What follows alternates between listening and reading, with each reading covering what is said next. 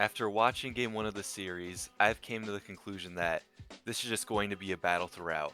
The amount of hustle, the amount of determination in the series is just unmatched. It's very much like that 90s basketball that your dad would call real basketball, as he's ranting about how the 2020 sucks and they shoot too many three-pointers. Just the unmatched defensive determination was crazy. Not a single thing in that game was free. If they were bringing the ball up the court, they were being pressed. There was a ton of trapping on defense. They always went over the screens. They were always in the passing lanes. There was just so much effort on the defensive side of the basketball that this entire series it's going to be incredibly difficult to score. Now, you saw the title and thumbnail. Let's get into the dogs. Starting with the main dog, I have Jimmy Butler. In this game, he went down with an injury with about 5 minutes left, and he could have easily just went out the game, as it looked pretty bad and he was hobbling around for the rest of it. But Jimmy's a dog, and he stayed in, he stood in the corner as a decoy, and he helped his team win. Now, it was incredibly stupid that the Knicks never hunted for him in pick and roll action. They did it a couple times, but they never switched. They never made Jimmy be a primary defender. And if someone on the court is visibly injured and hobbling, you have to go at them. No sympathy. This is the playoffs. You need to score, especially when they were in a drought like they were in the fourth quarter. Now, Jimmy was having a pretty incredible game before he went down with injury. And playoff Jimmy is really crazy because he hits all the big shots you want a superstar to, but he also does all the small things you want a role player to do. If there's a loose ball, he's got it. If there's a tough rebound, he's got it. He just does all the big momentum shifting plays, and he's really all over the court. And that level of impact is hard to quantify unless you just watch it happen. And what the Heat did in those last 5 minutes was incredibly impressive because when you miss an impact as big as Jimmy, it's easy to think that they could have just lost that game and lied over. But it harps on this idea of Heat culture where they just keep fighting and they can get contributions out of anyone. It doesn't matter if you're undrafted, G League, the number one overall pick, it doesn't matter. You can come in for the Heat and you can play good minutes. They have me convinced that I can go out there and give them some good minutes. I don't know what magic they have, but they just make it work with whoever's out there. Some contributions besides Jimmy that really impressed me for the Heat were, first off, Kyle Lowry. I have been doubting him a lot as the playoffs started, but he just did a lot of intangible stuff that you need in the playoffs. A lot of leadership, timely timeouts, diving for loose balls, smart defensive plays, just all that stuff you want from a veteran leader. He also got 4 blocks. Yes, Kyle Lowry had 4 blocks. Moving on, while he only played 16 minutes, Kevin Love was incredibly impressive to me, and it kind of makes me question why the Cavs got rid of him in the first place. Because if you watch that Cavs series, they needed three-point shooting, they needed rebounding, and they needed leadership.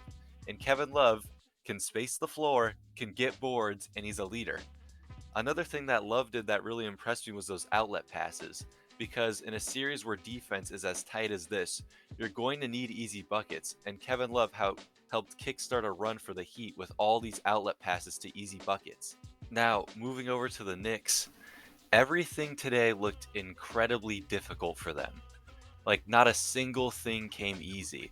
And you're going to need a couple easy baskets here and there if you really want to win in a tough playoff series. And it makes me question how much Julius Randle is going to help when he comes back. Because if you watch Julius Randle in the playoffs, you see that everything he takes is tough. A lot of contested shots, a lot of bad defensive moments. And it really calls into question how much can he help when he comes back. Now, I think his presence itself is going to help because he's a known threat on offense and you can't just leave him. But he really needs to be better than what he's shown in the playoffs if he wants to actually help the Knicks win games. He's going to need to get to his spots better. He's going to need to get easier shots. He's going to need to get teammates involved better. So there's going to be a lot on Julius Randle when he comes back. Getting into another Knick in Jalen Brunson, his ability to score over defenders that are way bigger than him continues to impress me time and time again.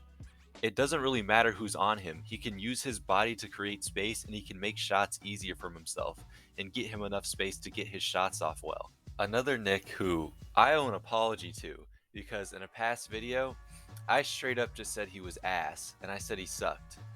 RJ Barrett has been pretty amazing these last couple playoff games. Now, he slowed down in the fourth, but every Knick slowed down in the fourth. And RJ provided 26, 9, and 7 today with some solid defense. And hats off to him, man. A lot of Knicks fans and a lot of people in NBA media were just questioning him, saying what he really could do and what he really could be. And he's proving a lot of people wrong. And when you're in a market as big as New York with all that criticism, it says a lot about you to step up and play better. Another younger player through the Knicks who has been overcoming criticism and playing pretty solid is Obi Toppin. Without Randall today, he provided some good 3-point shooting, some good shot making, and he impressed me a lot. And what's kind of crazy about these two in terms of Barrett and Toppin is they've been thrown in a lot of trade hypotheticals for the Knicks. So seeing them play their hearts out in the playoffs, it's going to lead to a very difficult decision for the Knicks.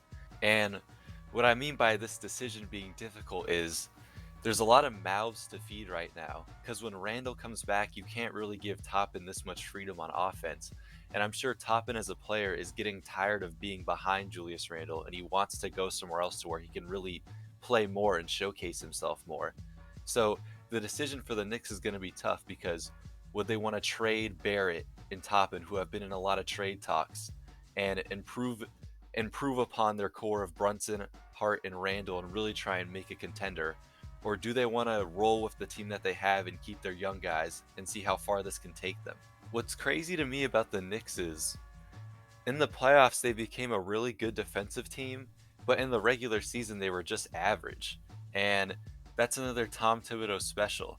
Another thing Thibodeau did today was you really saw his short rotations in effect. It was an 8-man rotation, and the seventh man played 14 minutes, and the eighth man played 10 minutes, with 3 starters logging over 40 minutes and all of them going over 30. So it'll be interesting to see if these guys get burnt out as the series goes on. Now, I think the biggest factor in the series moving forward is obviously Jimmy Butler's ankle and how effective he can be and how much motion he can have, because it really does start with him and it ends with him for the Heat. Another key contributor that the Heat need more from is definitely Bam Adebayo. The defense was solid today, but if Jimmy's going to be limited, you're going to need more out of him offensively. And while they've got by with him being kind of mid in the playoffs, they're going to need a lot more if Jimmy's limited. So circling back to the series as a whole, in my prediction and how I think it'll end, I think if Jimmy is healthy and he's not too limited by the ankle, I think he'll be able to be the great equalizer in this series, and I think he'll will the Heat to victory in a bunch of close games. Now, if Jimmy is injured, this opens it up a lot, and I don't think the Heat will have enough to compete with the Knicks if Jimmy is hurt. So this could really go either way, and I think it'll be a great series. Let's hope it's not ruined by injury.